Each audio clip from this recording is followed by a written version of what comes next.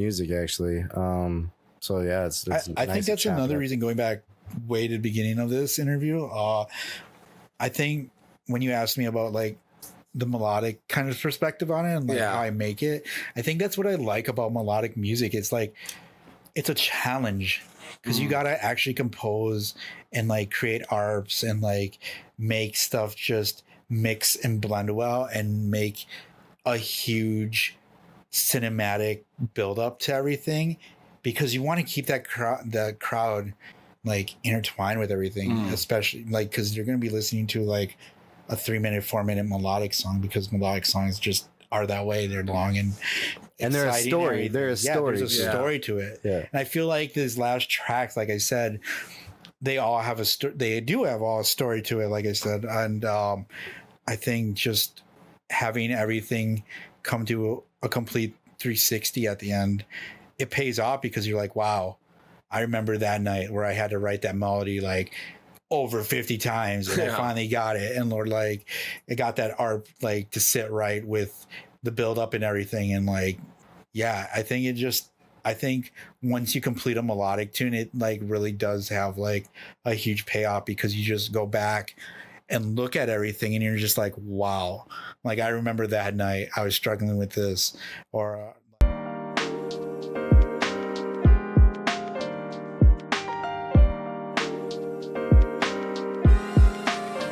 Andy Denk, brother, thanks for making it out here, man. What's up, guys? On a kind of a short notice, I know. Birthday weekend, 2 hours of fucking sleep. Miller Lite in hand, 7 Lions tank top ready, dude. He's ready for the weekend. Out of the park right That's now. a flex right there. Holy shit. Like, it's been a hot summer here, but it's not as hot as Andy. Oh, coming God, in, dude, wow. right now. Happy birthday, bro. Thanks, man. Are you excited? How old you turning? Can I ask? 23. 23. You look great for 23. We flipped the numbers around. You gotta say I've been around the sun 23 times. That's how I say my age 23. now. No, 32. That sounds a lot more badass. Yeah. You've been around the sun 32 times? 32 times. That's crazy. Okay, dude. 30s are nothing now. I don't feel 32. That's the craziest thing about it. Yeah. And like with COVID last year, I think a couple of times throughout the year, I actually questioned if I was like 30 or 31. I know. Like, I've said my age wrong before, like not unintentionally. Yeah. Too. Yeah. And then, I had like a couple friends this year that turned 32, and that's when it like kind of started to hit me like around the June area, because it's like, oh shit, all right, I guess I am turning 32 this year. Yeah. No, I feel like I'm way too immature to still be 30 years old, but I think that's a good thing though. Sometimes when you feel young, you're still really curious and out to go out and try new things and get into stuff. You're a lot more creative with youth correlates with creativity, I think. I feel like when you get old, you get like used to like your old habits and the same old shit. And it's a good thing that you do feel young, man, that you're able to create all this new music still these days. And I'm single. Let's put that, and I don't have to worry about that. Hear that, stuff. ladies? Yeah. I don't have to worry about that. You might not be after tonight. Oh, God. Yeah. So, like, being single, does that help you have more free time to kind of get out there and create? Or are you kind of out there, are you getting to that point in your life where you are looking for a relationship? Honestly. Would like to. Oh, God. Have you thought about it? You didn't get any younger, Andy. There are days where I am just, like, seeing all my friends, like, posting family pictures and whatnot. And, like, I am 32. Maybe I should start like looking for a relationship, but like at the same time, all this music stuff's starting to like take off, and it's like, what do I do? Like, I need to find a girlfriend that's like willing to like maybe do a little traveling like here and there with me, like depending where I go, and like I don't know. It's just find someone who's really who supports Red Comet, who supports Andy Denk and everything that he wants to accomplish. But it can be tough because, like, in doing it in this industry, like, you gotta be kind of selfish, you know, if you want to make it. You don't really have time to be in a romantic relationship with someone. I think that's a societal norm, though, right? And that's bullshit because everyone's on their own journey. You can be fulfilled just being single. Yeah, you can be fulfilled on your own, like. Right. I'm sure the fulfillment's like he gets fulfillment from making a banger or whatever. You know what I mean? Like that's fulfillment. Or like with me, I am cool. My girl's not cool with it, but I'm content like working all week, every fucking day, and seeing her like once a week. Right. You know, I'm someone who can go in the grind mode and just, but like, and know that she's like, you know, she's with me like spiritually and mentally. I know she's like at home, or like she's still in my corner, I should say. Yeah. You know, even though we're not too much together like physically anymore. And so, have you been on Tinder or anything, Andy? Have you gone to online things Actually, at all? I had a Bumble date this weekend. Nice. And I got stood up a little bit. I don't honestly, I kind of didn't put the effort into it either. She was like, let's go on a date. Let's go to the arcade bar or the barcade. Yeah. Up, down? And I was like, yeah, let's do it. Let's do it Wednesday. And so Wednesday came, and the last thing she messaged me was like, so you got to like get freshened up and everything, right? I'm like, yeah. And that's where it ended. That was it. And then again, I guess the guys wanted to go to the pool too that I'm going to.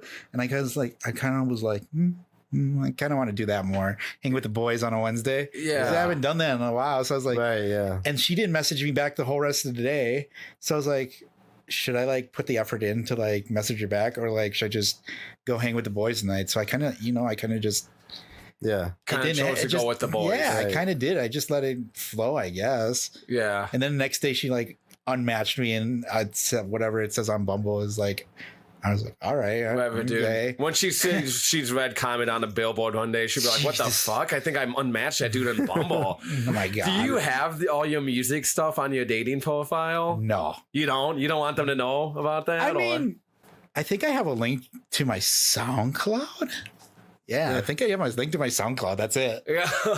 I mean, yeah, sometimes I kind of want them to just to be like, oh, all right, this is what I'm getting myself into. Right. No, because you have a pretty good following. You have a really good following, I think, on Spotify. And then you got a couple of your tracks have over a couple million plays, you know? Yeah, Loving Changing. Crazy. Yeah. So what do you look into the... do you like look into analytics and shit and then decide where to put more of your attention into, like more into SoundCloud or more into Spotify or something like that? At this point, I think it's more into Spotify. Is that SoundCloud's right? like kind of, they like to say dead in the music world.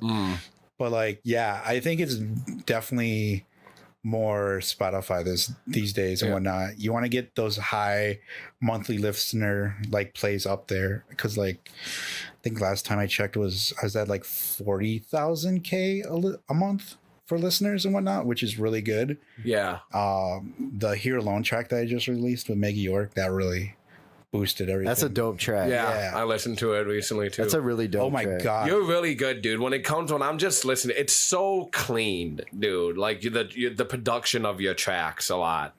Like, where did you use Ableton? Do you use FL Studios, or what DAW do you use to produce? Ableton.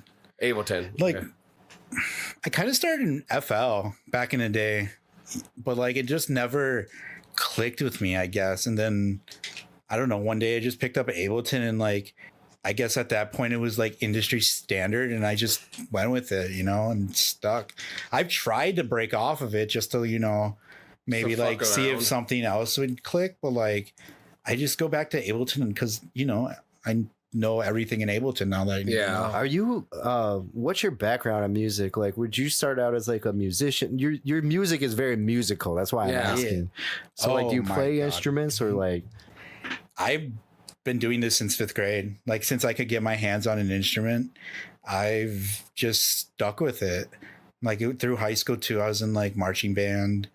What'd you play in band? Baritone? No, the flute. Did you really? Oh yeah, hell yeah. You know what? Like, you think I'd be scared to say that, because like back in the 90s, it's just a whole different perspective. You know, like nobody really played the flute. Like no male person picked up the flute. You know, so like I was like the only male. The guys in the band. Did you get heat for that, like in high school? I did. What was it? I did. What was it like? And you know what? I think I got like looked at by the parents differently too. For sure, like, they all probably thought you were gay. Dude, seriously, I'm not even joking. Yeah, I mean, no hate against that at all. No, I'm not. But I'm saying, like, the stereotypes that come with. For sure, dude. Like, I had to talk about this like a month ago with like a homie, and because he also played the flute. I was like, dude, did you ever just get that feeling like people just thought of you like differently because you were like the only male flutist or male clarinet like person in there, and they're like, yeah. But like at the end of the day, I would joke with my buddies and be like, "Hey, guess what? I have all the ladies. They're all in my section, motherfucker." Right. So what are you like right now? Like, are you attracted towards more one type of instrument than the other? Like, obviously, when you're a producer, you're on the keys a lot, right? Or yeah. I think during this whole journey, I think I'm now more swayed to piano. Yeah. Because in Ableton now, you have this option to like, you don't have to be pressured to hit that record button. Like you can start playing whatever freestyle and like in the background, like Ableton now records all that. So like just sitting around and like making melodies on the piano and just futzing around and not having to always press that record button. But like when like something does stick, you can go in Ableton now and like click it and like it'll like lay back like what you played and whatnot. So like if you get a nice little groove or melody, it's there for you. Yeah, it's there for you. It writes itself in the background, but like I said, you don't have to like now hit record and everything and be like pressured, like hearing that metronome like 1,000 times and you're just like, fuck dude, like what am I gonna do now? Like now if something just comes, you just play it, and if it comes later, you just hit the I got a question, kind of like I play the piano. But how do you get your pianos to sound so clean in your mix? Because that's something that like stood out to me, because obviously pianos are kind of prevalent in some of like the parts before the drops, like before the builds, like, you know, in your intros and whatnot. Dude, there really is not that much that goes on. It's literally like some OTT, some Valhalla, and what's the piano? So is Valhalla's a plugin, right? Yeah. Yep. So that's a reverb plugin. Well, there's different types of Valhalla plugins. There's like Shimmer and I'm spacing out Reverb or something. Room. Oh my god. My audience is gonna kill me. Whoever's watching this right now. Oh my god! No, but this is good. This they is said you don't have your Shimmer, big boy pants on. Yeah, Shimmer and God. I kind of want to look this up now. Well, you're probably so used to just grabbing it and driving it, right? Like, yeah, a little EQing. I'm trying to think how I did the piano for this one. I think it was just Valhalla Shimmer, EQing, some OTT, and Native Instruments Nori. So what's the source for that? Is it an actual piano, or are you playing it through a keyboard? Yeah, it's actual piano. Oh, nice. Yeah. So do you have one at where you record? Yeah. Nice. Yeah. Wait. Are we talking like MIDI piano? No, or like an actual like grand piano? Yeah. Like I'm asking, are you like using MIDI, or are you using like a keyboard or a piano, or like miking up a piano? Yeah. No, I have a MIDI keyboard. Right on. Yeah. Got you. Chat says OTT is the message of music. Shimmer. Yeah. Oh God, it's Christian. My friend Christian's on. Yeah. What's up, Christian? What's up, Christian? What's up, young Christian? Dude, he's a good producer too. Yeah. He's another producer. He's a house producer in San Francisco. Sick. No. So when did you make the switch to EDM music? Because you did band out through high school. Did you start trying to get into FL Studios and want to go down more the EDM route when you were in high school? A little bit after that, or when did that transition start? Yeah, I think it's like, I don't know. There's all these bands that were doing these interludes, like EDM. Well, they weren't EDM yet back in the day, but like it was techno music, interludes, like Attack and stuff like that. And I think that's what just pulled me in, because I was like, dude, this is so catchy. Like no one's ever done this. Like Devil's Wear Prada would do, like in the middle of like their metalcore album, there'd be this EDM interlude, or like Attack. There'd just be a middle section of just like this random techno beat that like transitioned into like the next song. And I was like, dude, like I want to learn how to do this. Like I want to get a Korg synth and whatnot and like recreate what they're doing and everything. So I think that's what just kind of like really pushed me into it. Mm-hmm. I don't know if there's really anything else specific. That was like, I want to do EDM. I don't know. It just hit me one day. And have all your songs, like even your older one, that kind of been more of a melodic vibe, or did you grab like inspirations from other like bigger artists, like Millennium and like other people that kind of pushed you down like that route before you discovered who Red Comet wanted to be? I wouldn't say Millennium, because I started in 2013. So he was just an example. The big players back in the day were like Bilal and Adventure Club. Yeah. And Avicii, of course, was already in the scene and whatnot. And Night Party, of course, Skrillex and everybody.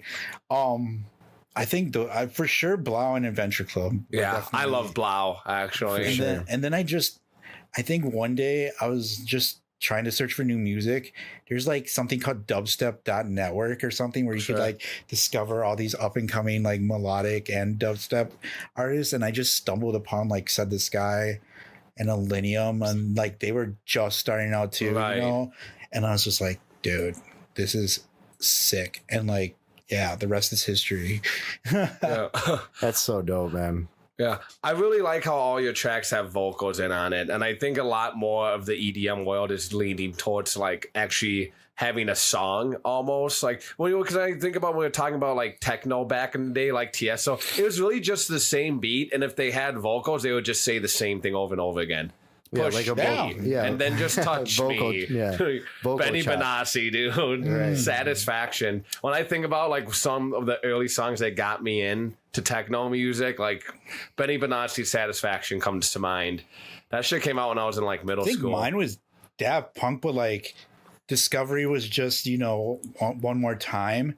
And then later on, like maybe a few years down the road, I actually listened to the whole Discovery album, and I was like, whoa, there's a story here. And then of course Interstellar, I think it's like 5,000 or something came out, the whole anime movie with that. Yeah. I was like, dude, this is sick. Like they have an actual story from start to finish for the whole album. Like, it was like, dude, this is next level shit. Is that something you try to create now when you're making songs, to create that story in that album from beginning to end? Yeah, I'm honestly just super stoked with how this next set of tunes are coming out, because I kind of want to have that story and continuous flow from one track to another. I think Here Alone is like that part one of the story that I'm about to tell. I have another track coming out called I Remember with Exceed, and I like to say that's probably like the part two of the story of Here Alone. Here Alone kind of just has that I think kind of like break up with your girlfriend, but at the same time we're here alone and still can like have a positive outcome out of the entire situation. Like, I'm not gonna slam the door in your face. We're not gonna be together, but I still have love for you type deal. I really liked This Is Not the End by you. I think that actually might be my favorite track. That track is fucking I think that might be your favorite track. That's my favorite track because it took 2 years to complete. Damn. Like the track itself has a lot of meaning to it, and it has way more meaning to it now because this past weekend, I don't know if I told you guys in the chat, on our Facebook chat, but my grandma just passed away this last weekend. Sorry to hear, man. And I turned on that track and I just started bawling my eyes out because I was like, dude, like this track that I created, and like how she sang the lyrics, and like I presented the project to her on where I wanted to go with this and have the lyrics set, is just like, wow, like this track is way more connected to me now than ever, and I'm so glad that I completed it, because like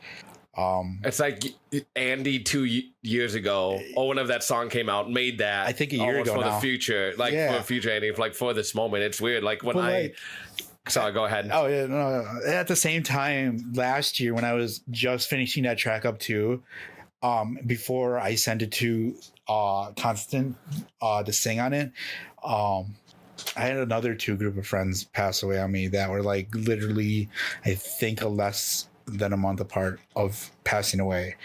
2 of my good friends from like when I came back home after my first round of college in 2013, and I got to know them and everything. And then, they both passed away within a matter of, I think I just said a couple months. Month. So like, when she asked me what I wanted the theme to be, I was like, dude, like I want it to be like, this is not the end, you know, like they won't want us to like be sad. They want us to be happy, because like at the end of the day, we will always have those memories of them and whatnot, even when we are feeling really like sad and broken and whatnot. Like we will always cherish those memories and never forget like all the good times we had spent with them and whatnot.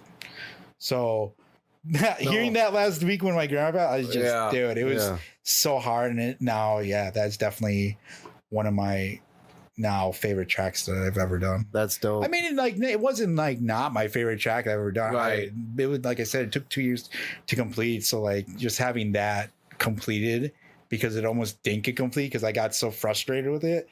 So were you just not happy like with it when I wasn't getting the drops down that I wanted to? Sure. So I continued to just practice and watch like YouTube tutorials and like just continue to grow off that. And then one day it just clicked, and I'm like, all right, I'm not touching this anymore. Like I'm gonna clean it up and everything, but like, that's dude, perseverance though. Like, dude, 2 years I got it on a 3-minute piece of music or however many minutes it is. That's perseverance to get through. And that's standards too, dude. Like how many people would have gotten to the point where they would have hit that wall and be like, you know what, I'm just gonna fucking release it. Like I'm done spending time on this track. Like it's time to release this, and so I can move forward and start working on something else. You have a lot of obviously like heavy like poly chords, and that stuff takes a lot of time to design because you're probably mixing like the low, mid, highs separately. Maybe I don't know exactly how you do it, but to refine those type of chords and to get all those sounds working well together and have your low end bumping and having it sound really nice and clean like your production does, that's a hell of a lot of work. Yeah. I mean, sometimes I'll get stumped, and like when I do send it to the mastering guy, I do like ask him, I'm like, dude, do you think you could take the stems and like mix it yourself and make it sound like really good? Because like I still like don't 100% trust myself in that area. Because the mastering, like, yeah, because I have friends that do that for a living. Like that's all they do is like mix and master, you know? So I'd be like, dude, why have me do it and make it sound crappy when I can have a friend do it that's been doing it forever and make it sound 10 times and way cleaner than I would. So sometimes, I do pass the project on to them and be like, can you like master and mix this and make it sound really, really clean? So you have a song on Spot, that Love Ain't Changing track, that just blew the fuck up. And like, how did that blow up? Do you know? Like, is it oh my God, I love telling this story. Oh my God, this story is insane.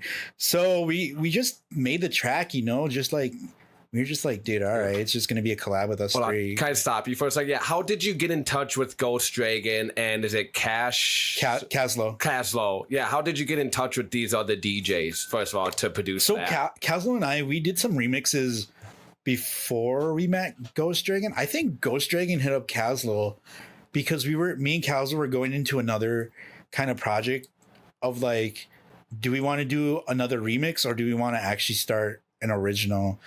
And then all of a sudden, I think my friend Nat, that's part of Caslow, messaged me and was like, dude, we got like Preston wants to do this. And I was like, who's Preston? He's like, oh, this guy named GhostDragon. And like, I think we just picked him up and like, yeah, man, we just created Love Ain't Changing. Yeah.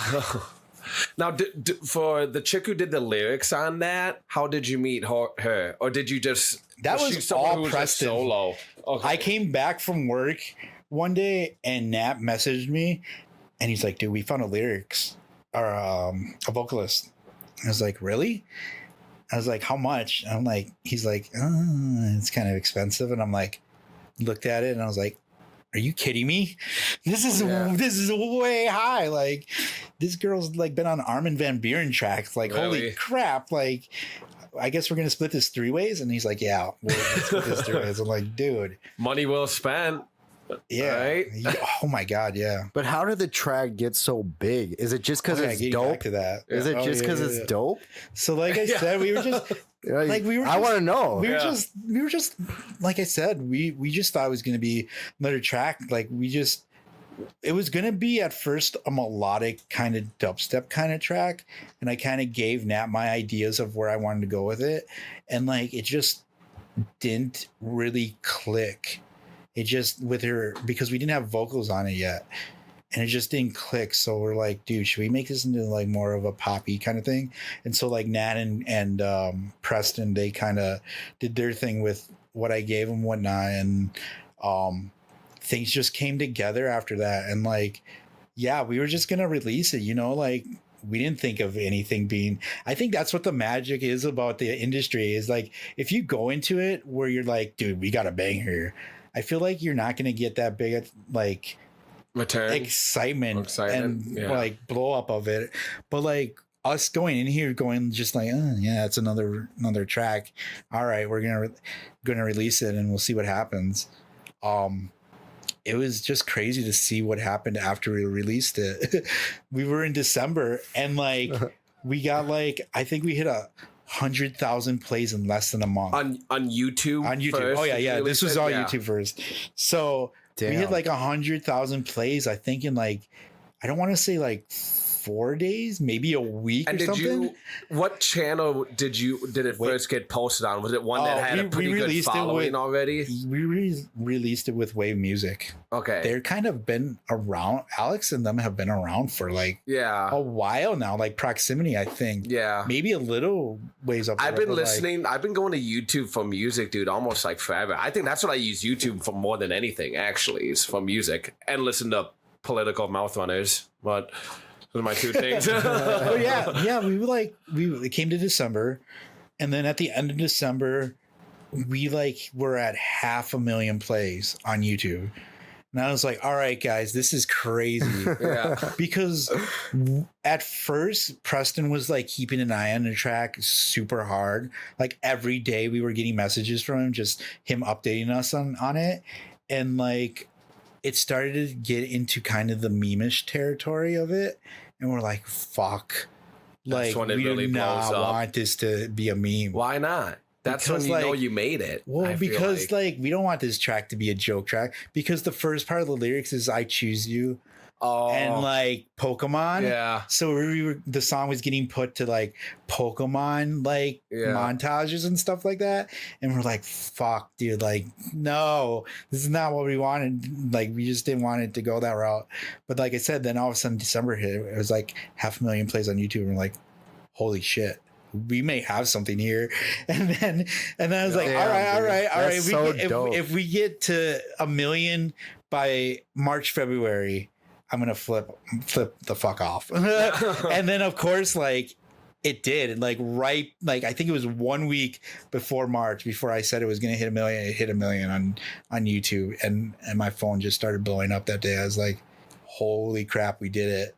We hit 1 million plays. And then over the summer during the pandemic, it hit 2 million plays. Yeah. And like I think just a few weeks ago we hit 2.5 million plays on YouTube. Really nice. So damn, bro. Crazy. That's a huge track. It is, and it's crazy just to see how the fans reacted to it, and like people put it in their like wedding videos, and they're starting to dance to it as their first dance. I'm like, what the hell? It's a like great this song. is crazy. I love the message that's in that song. Actually, my love ain't changing no matter I get old and gray. I like, dude. I even like the acoustic version. Yeah, to be honest, their remixes are pretty dope too. Yeah, Eternals is the one I think I listen to a lot. His is a little more W. Yeah. We just got put on another playlist, like an iTunes playlist. I think we're ranked 65 in like Taiwan right now. I got something on my phone like this week, and they're like, yeah, the track got the remix. One of the remixes got put on iTunes playlist or like a charting thing, and it hit 63, I think. So are you guys like, should we make more tracks together? Like, oh God. I would love to, but like at the end of the day, having 3 artists can be a hassle. Yeah, for sure. Track. Different opinions. How about Oh, for sure. So there's a lot of positives in that. Obviously, you guys made a banger. Maybe you can like, what were some of the struggles about making that track and working with 3 different people on one song? Probably like all the ideas getting thrown back. Yeah, because more people. I think Preston and Nat really wanted to just stick with the pop future bass routine from the start. Nothing wrong with that, but like I kind of wanted to go a little more of the melodic dubstep kind of version of it, and there is a version of that out there. I'm pretty sure. I think Nate showed me it a couple months ago. Like we were just scanning through project files, and like all of a sudden I got a snap from him, and it was like a very early version of the song, and I was like, oh my God. But I don't know, there really wasn't any problems. Yeah, it just too much flowed. conflict. It just worked, it just came together. We would literally stay up to like 4 a.m. working on it and in a Zoom call and just tossing ideas back and forth and whatnot. And it just happened, cool. It just that's happened. So cool. It's just one of those, like I said, music moments where it's just, that's lightning in a bottle, dude. Yeah. That's fucking lightning in a bottle. What did that do for your career, Andy? Did you start having a lot of like getting hit up by a lot of different, music companies or just people, even venues, like online channels? I think or did I don't know about that. I mean, yeah. I think it just definitely brought me more into the spotlight. It brought all three of us more into the spotlight. Yeah. I mean, GhostDragon, he's been doing stuff too since forever, and he's been kind of in the spotlight a little more around that time. Like, I guess we were all kind of, Caslow was brand new. Like the two artists in Caslow, my friend Brody, he already had like a solo project going, and then he met Nat online, and then they just combined everything, and now their project's like taking off. But like at the time, they were just coming in. I guess I kind of already on my feet in the door because I've been doing this since 2013 and just networking. Yeah. And just everything just flowed together. It really didn't have any issues or anything. It was just the late nights staying up. Right. Because we were like, dude, we got to complete this. Like, I don't want to go to bed until this idea. A group of individuals that all wanted to have, that all had the same dream, had the same goal, create a fucking bomb ass track. I want to segue something in that. So you talked about networking at the end of that there, and I talked to a lot of DJs on here, and what do you think is more important for people like starting out? Like, do they put more time into networking and getting their name out there, or the silent uploaders, people who make really good tracks that are very talented, but they're not as loud about getting their name out there, not as proactive about trying to get gigs at venues, trying to do live streams or whatever it is to get the exposure that they need? Oh my god, that's a good question, because COVID definitely changed the entire way of doing that around now. Like before that, you'd probably be asked to like go meet that local booker and everything and just get to know him and everything and like build a relationship with, example, Skyway Theater or something like, or Sim Shows or something. Just stay connected, keep a good network across all that. But like last year with COVID and being inside, it's kind of like just keep pushing music out. Yeah. Like even if it is finished and you don't feel like it's 100% finished, but like it is finished, push it out. Why not? Put the testing grounds out, because you got that audience now. Like, what's the worst going to happen? You're going to be like, oh, I don't like it. Yeah. But like with COVID every year, you got a testing grounds now to test new stuff out. And I think that's what a lot of artists did last year, that maybe they're a melodic bass artist, but they pushed out like some progressive house trance or progressive house tracks. I think progressive house trance too. Sure, why not? Right. But they just push stuff out. They just, they just tested stuff out, even in the live streams too. Like maybe you go to the show and they're like all dubstep or whatnot. Like during these online shows, they like tested stuff out. But like, I feel like if I were to tell somebody to like network today, I'd be like get into Discords, join artist Discords, join Telegrams. Are you in Telegram at all? Join Clubhouse, like get your voice out there. Like you can't just be uploading on the SoundCloud. Yeah. You can't just be sitting in the corner and expect you to upload a banger and then everybody's like, oh, this guy, and like you get the attention that way. You got to just push yourself and keep like, as much as maybe you don't want to like keep, I guess, bugging everybody and like pushing stuff constantly on Facebook, because I know people that have just gotten annoyed of me just, constantly posting music stuff. I'm like, dude, I'm trying to like brand myself. Yeah. Like, so yeah, I tell them to like network. Yeah. Like Discord's good though. Yeah. I think that's better. Discord's a lot more intimate. And I think over COVID last year, I definitely have like my internet family now from that. So yeah, like I don't know if Christian's in here. Christian, if you're in here, type something, dude. Christian and I are part of the Mitis Mob Discord. Have you guys heard ever heard of Mitis? Yeah, I have. I saw him last time he was here. At Skyway, yeah. Yeah, Killed it. Yeah, it's so cool because I got to know like everybody in the Mitis Discord. Oh, there he is. There's Christian. I got to know all of them in Discord, and they're fucking family to me now. That's like, what's up, man. Yeah. And I just got to hang out with them in San Francisco like a month and a half ago, and it was like their first show, like outdoor show, I think, that they opened in San Francisco, and it was the Mitis show. So like everybody was like Mitis Mob. Like Mitis Mob was there. Yeah. That's what's up. Mitis Mob was there. And like I got to meet Seven Lions. Oh my God. Did ya? This Nice. is so awesome. Is he one of your favorites? Oh yeah, and dude. big inspiration for you? Oh, for sure, dude.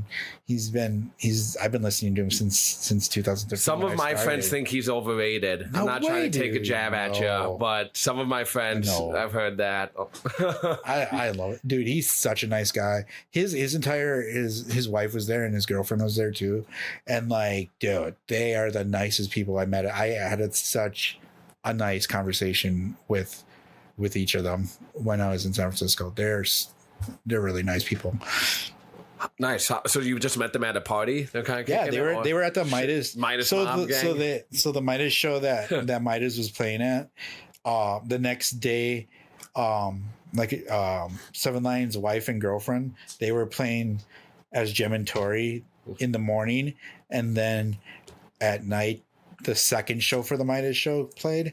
So like they were there all weekend, which was so cool.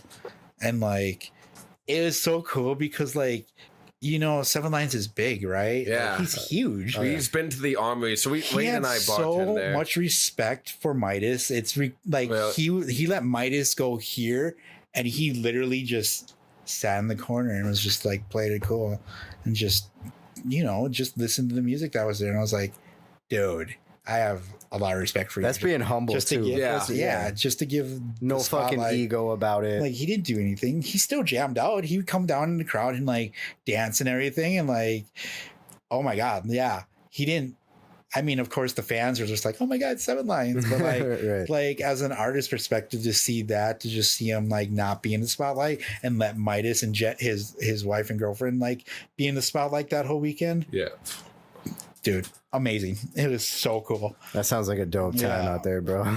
It was. I would love to play that venue sometime. It's a really dope venue. It's right by the Bay Area, like the shipping dock area. Like there's a venue, and then if you would just turn around, it's all lake and shipping docks. It's so cool. Since we're talking about venues, what do you got? Where are you going to be at, and what venues are you going to be playing? Oh my God. August. This is going to be a list. This is crazy. Yeah. This is amazing. I can't believe how August got booked up so fast. So first week of August, I'm playing at Far East, playing midnight, closing out the basement. We're having 2 areas of DJs. So I think I'm playing the basement part of it. Yeah. Basement. And then after that is Sim Shows presents Hideaway Camping Music Festival, and that's in Somerset. Nice. Sick. Yeah. I'm glad they're doing stuff at Somerset again. So much fun. Every time I go there it doesn't even have to be a Sim Shows event, dude. It's always such a blast just to bring the homies and like camp and whatnot and goof around and like listen to music and like. So what weekend is that? The 13th and 15th of August. Gotcha. 13th or 15th of August, yeah. And then after that, I have a show in Stillwater with my friend Kepik. Yep. That's on a boat. That starts at 6 and ends Shout at out 10. Bass House. Yep. The Bass House Boys. Was that gonna be your first time on a boat party?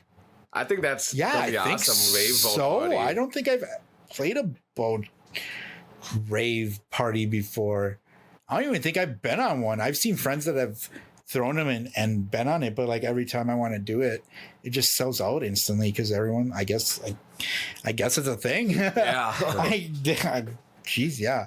And then after that in September, I have another big show, the Arm & Hammer show in town, which is that going to be at Skyway? Yeah, that's okay. At Skyway. That's my first main show like main stage show of the year that I'm playing on. Okay, nice. is Do you think awesome. are you gonna be right before them? Do you know your line spot or not? So Those details it's not worked out yet. It's kind of cool because I feel like this is the first show that I'm not labeled as a local DJ. Yes, Like I'm part of the show, like Right. actually like your name's actually on the flyer.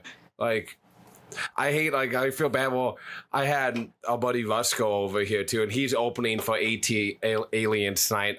We were trying to. ATLians. No one knows how to say their fucking name. Dude, We were no, talking about I that. bet you they'll say like at Aliens or something. At Aliens, Dude, yeah. I have this discussion every time I'm in the willing to bet no one knows how to properly say their name. But anyway, he's playing from 9 to 10 for them.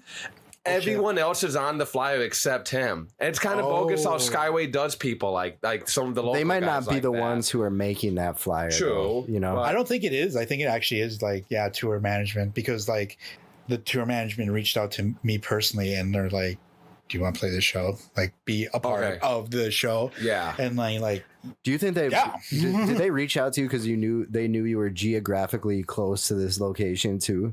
I have honestly no idea. I mean, I'm gonna say this. The booking manager, we became, well, I mean, he's part of the Mitis Mob group, and he's tour manager for Arm & Hammer and Mitis and whatnot. Yeah. I don't know how that played out actually. Yeah. I mean, before that, me and another friend were on the show last year before it got canceled. Like it came down, like we got so close to playing that show. Is like I think 2 days, and we're like, come on, don't close. And then 2 days before the show, they're like, yeah, we got canceled because of COVID. And I was like, oh my god, Fuck. I Damn. was so close. So I don't know how that played out. Like I don't know if it's. I don't know. I really don't. I'm just glad to be a part of it, and really excited for it. You don't have a manager or anything, do you, Andy? You handle everything yourself? Not right now, dude. No, everything. Have you thought about getting one at all? I feel like I you're reached out to a few popular people enough, already. You know?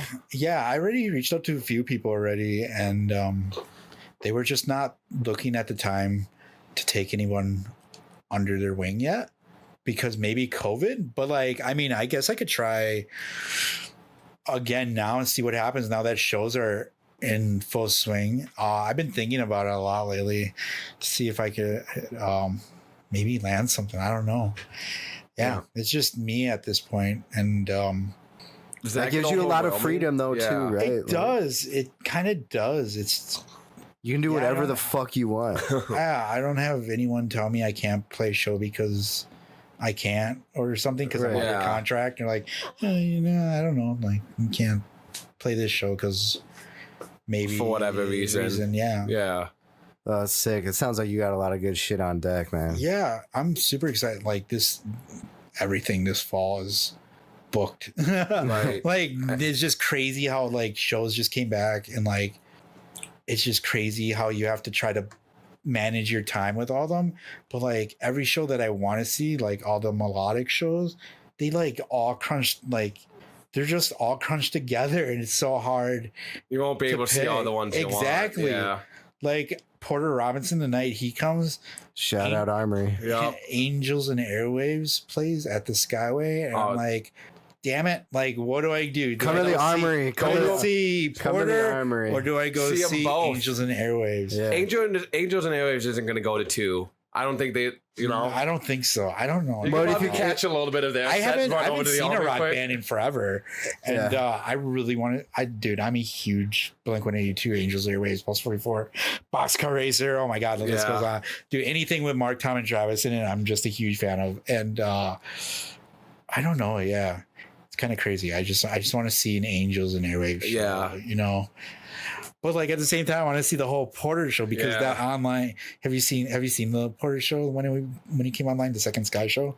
No, the last time I saw him, he he bought his virtual self tour God. to the Armory. Oh god, that was That- sick. I saw that. That was the Red last one we Rocks. saw. Yeah. I saw because he played with DJ Snake, and I got to see the virtual self concert at Red Rocks, and that was insane with the that would be production and insane. everything. Yeah. It was crazy how the lights would just beam off the rocks, and like I don't know what they did, but like it was just magic. Like Red Rocks is just such a different vibe. Yeah, I've never been there. I've never been there. Yeah, It's me neither. crazy. It's amazing. I did want to ask you, what made you want to come over on our live stream that one night? I've always been curious, to be honest. I know Justin said he posted something about it. Did you like see our streams, or you would kind of just want to fucking throw down some music again and share? The night I played? Yeah. You guys reached out to me. Oh, did he? Okay. I didn't know anything. Justin told me I made a post and Andy said he wants to come over. Oh yeah, I remember now. Yeah, he I don't know. He just messaged me on Facebook, I think. I can't read. I'll have to go back and look. Yeah, no, I thought there maybe either way, I was just wondering how maybe there was an online event here. you guys did. Probably like a virtual festival. Yeah, I think so. And we ended up popping up on your news feed. And then Red all of a sudden Comet came in crashing. Oh, okay, sure. Yeah, I'm down.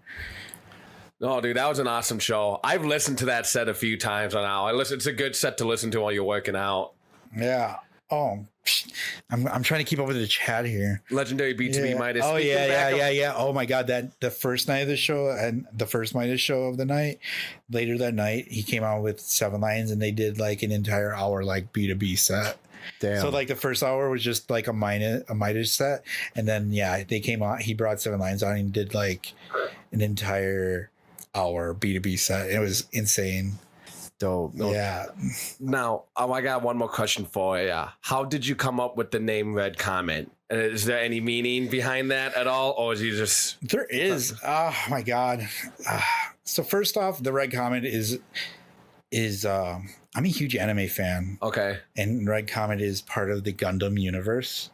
And like, I don't know. I was thinking about that at work today because I've told this story like a million times, but like, I don't know why I just dived deep into this at work, but like, I don't know why Red Comet. Now that I'm starting to think, like I was thinking about it more, like, of course, red. I've always enjoyed the color red. My birthstone is gem red or ruby red. Mm-hmm. And I don't know. I think it just came one day. I think I was just jotting names down, and like the anime show was up that I was watching. I was like, oh, Red Comet. Well, red comets can be majestic, or they can really fuck shit up. Right. And I feel like that's the way. Just like you, Andy. Like I like going hard in my mixes too, and shows. Like I'll usually either start off hard with dubstep and then bring the crowd down to a more melodic kind of vibe, and then bring the crowd back up. I feel like that's like really it's a roller tough to do, though. fake. Yeah. That's really tough to do, though, well, to have a really hard, aggressive dubstep vibe and then bring everyone down in a nice, smooth transition with their feet back on the ground and then blast them off again. Yeah. Very few people do it well. Oh, God. Adventure Club is really good at that. Yeah. Like, I think that's the inspiration. Crave You. Oh, my God, yes. Yeah, I know. That song brings back memories, dude. But, like, straight up. Yeah. It's like I like to just call it the roller coaster effect, and of course by the end of the set I got to bring everybody to a screeching halt. Yeah. So it's usually closing out the set with something like really chill or melodic. Lately I've been like chilling God, read the chat. I'm like chilling out. I've been bringing. I have this track that was supposed to be on an EP that I guess depends when I get done with it. I end with, and it's just so cinematic and vibey and like sick, dude. Yeah, it's a good way to close it out. Sometimes I feel a little, I don't want to say like guilty, because like I have everyone up here and then the track plays and just everyone down because it's so chill and everything. But that's part of the experience, right? Yeah. That's the picture you're painting. Controlling emotions, dude. It's awesome. I don't know when I'm going to release it. It's done. It just needs to like a good final mastering on it. But like, I've just been holding on for it for like 2.5 years now. It's just like, damn, I don't know what to do. You put a lot of time into this shit, bro. It shows though. Yeah, man. no, I mean, it's your music's top. It's just top notch quality. Like the mixes and the mastering. It's just beautiful. It's beautiful. It just needs to like a good final mastering on it. But like, I've just been holding on for it for like 2.5 years now. It's just like, damn, I don't know what to do. You put a lot of time into this shit, bro. It shows though. Yeah, man. no, I mean, it's your music's top. it's just top notch quality, like the mixes and the mastering. It's just beautiful. It's beautiful music, actually. So yeah, it's I think that's another reason, going back way to the beginning of this interview. I think when you asked me about like the melodic kind of perspective on it and like how I make it, I think that's what I like about melodic music. It's like, it's a challenge because you gotta actually compose and like create arps and like make stuff just mix and blend well and make a huge cinematic build up to everything, because you want to keep that crowd like intertwined with everything, especially like because you're going to be listening to like a 3-minute 4-minute melodic song, because melodic songs just are that way. They're long and they're a story. There's a story to it. And I feel like these last tracks, like I said, they all have they do have all a story to it, like I said. And I think just having everything come to a complete 360 at the end, it pays off, because you're like, wow, I remember that night where I had to write that melody like over 50 times and I finally got it. And Lord, like, it got that art like to sit right with the build up and everything. And like, yeah, I think once you complete a melodic tune, it like really does have like a huge payoff, because you just go back and look at everything and you're just like, wow, like I remember that night I was struggling with this, or like I remember that night I was creating this and everything, and like it just stuck and I instantly hit that save button. So in the case Ableton crashed, I didn't lose I didn't lose anything I made, dude. Right. Everyone's worst nightmare. Well, we have to wrap a little bit, but I wanted to talk to you about one more thing here before we call it. How do you deal with stage? Do you have stage fright at all, or anxiety when you're going up on stage and performing live at all? This is something I like to ask everyone, like everyone who plays. So, oh my God. So I feel like my entire life, when I look back on it, I've always had to have that kind of spotlight on me. Yeah. I've been thinking about that lady. I do. But even at the same time, I tell myself, no, I don't want everyone's face on me. But like at the same time, I do sometimes like just fantasize. Like I'm at work and I'm like listening to one of my mixes. I'm just like, dude, like, yeah. But like, so you cherish that shit. I do cherish it. I really, I mean, in high school, like I said, I was in band and I did theater in high school. And I think theater is what like really kind of just help you break out of that. Because because no one likes to do fucking public speaking. Like everybody hated that in high school. Like who likes to get in front of the class and do that? And like, I mean, even standing, like I think like my friend's at 3 years in his marriage now. I had to be the best man and give this speech. And you'd think like at that point I already played like some big shows and like spoke to like 800 people crowds, like, but like, dude, when I got up there to give the speech for being the best man, it was just like shitting bricks a little bit. God, so weird. That's a tough environment. But like, I think when I first started out, it was more like I would like just jump up and down, and sometimes if the music was really loud and I know nobody around me would hear me, I would just like look up and just scream and be like, all right, let's fucking do this, let's go. And then when I get up on stage, like all that stuff for me at least just escapes, and like I kind of mentally just black out and get in the zone. And then the next thing I'm like, oh shit, 15 minutes left of my set. Holy crap, where did that go? All right, we got to finish this up now. Let's do this. Yeah. So like, I mean, I think at the beginning, it was more just like pumping up and everything. I mean, coming back from COVID, the first couple of shows I did, I was so nervous. I didn't have that feeling for like a year and maybe 3 months, I think was my last show. Yeah.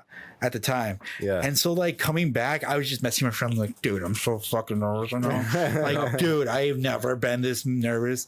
And my friends would be like, dude, you've done this a million times. Like, come on, man. I'm like, dude, you don't understand. I haven't done this in like a year and 3 months. And I haven't had that feeling in me forever. So like, dude, how do I get back on? And of course, I got back on stage, and it was just like getting back on a bike. It was like, Right. What's the all right, you got it. I know we got to get wrapped up, but what's the pre-show ritual? Is it like a couple cocktails? Is it a couple beers? Is it a couple of things you can't say? Yeah, a couple of things we can't talk about on here. Oh my God. Is it an episode of Gundam? No. Yeah. No. I think it's just usually we just hang out with my group of friends because usually because I have another friend. His name's Nocturnum. So shout out to you if you're listening to this. We have like the same group of friends. So we just go over to someone's house and we just chill with like everybody that's planning to go to the show. And we just chill and have a few drinks. I really don't like being on the stage like too drunk. I like having a good, get the nerves eased, but like nothing too, because trust me, I've been on stage where I've been really drunk and it's like, dude, it was bad. But it was nothing Skyway or anything. I'm just gonna put that out. There's nothing Skyway or sim shows. It's just a fun event, like with a bunch of homies and like you're having a good time. I got too good of a good time at this place I was at, and like I thought I was doing all the transitions well, and the transitions were just bad. Like, oh God, damn! Like, we kind of just brought that story up like a couple of days ago. We were just laughing about it, but no, you're kicking it with your friends, and you're vibing. You're vibing. Yeah. Oh, maybe have a little Tito's. I always like to have a little Tito's. Tito soda? Yeah. There you go. That's a good drink. I'm a Tito soda guy too myself. Yeah. I really try I try to just go into a set completely sober as much as I can. Right. But like I said, if I'm with a group of friends, I'll have a few drinks and whatnot. But like there's a certain point at that point, I'm just like, dude, time to cut off the drinks and try time to get in the mindset of the show and everything. Right, get in the zone. Right on. All right, brother. Well, shit, man. I want to pick at your brain more, dude, but it's always 6:45. Me and this two got work tonight. You got a pool party. You got to tear it up at. Ooh, I'm so excited for that. It's going to be so much fun. It like just started too. I don't want to kick you off though, right? Well, is there anything else you want to say or touch base on here before we end it? Any message to your fans? Any message to like up and coming producers? Like things you can help people out with about? I was talking to a producer last night that I have so guys, I have a remix contest going out right now with the Here Alone track. It ends in 2 weeks, I do believe. So if you guys are into that, go check it out. The link to that is in my Instagram. It's a Linktree link. Yep, I actually just put it. I just put your Linktree link in the chat. There it is. Hey. Yep. So everyone go ahead and click that link. My Here Alone track with Maggie York. I am having a remix contest. You guys got like 2 weeks left to complete it. But man, someone sent me a track last night, and dude, it is so good. I know the contest hasn't ended yet, but I'm pretty sure I'm going to pick this to be on the remix EP because he nailed it. Like I've listened to it probably like 7 times already. Nice. It's so good. My message for closing out to producers, up and coming producers, is I've done this for a while. I've definitely had people that have doubted me and whatnot, but I've always pushed those to the side. I always like to say, don't let anybody say you can't, because you can, because I am just a small town boy from a 13,000 area population in Wisconsin, and look what's happening right now. Like if you really put your mind to it, you can accomplish anything and get where you need to be. So don't let anybody say you can't, because you can. Dope. There you go. Yourself. That was Andy Denk, man. Thanks so much for coming out here, thanks dude. for I look having forward me. to doing another one when your schedule frees up here later on this fall. I'm always down to come back. Yeah, we can talk. I want to talk about anime and some video games with you. I'm a pretty big nerd myself, dude. Too, so we can go down to that for an hour. All right, everyone. I didn't choose the Doug Life. The Doug Life chose me. Big Wade in the corner there. Whoop, whoop. Corner.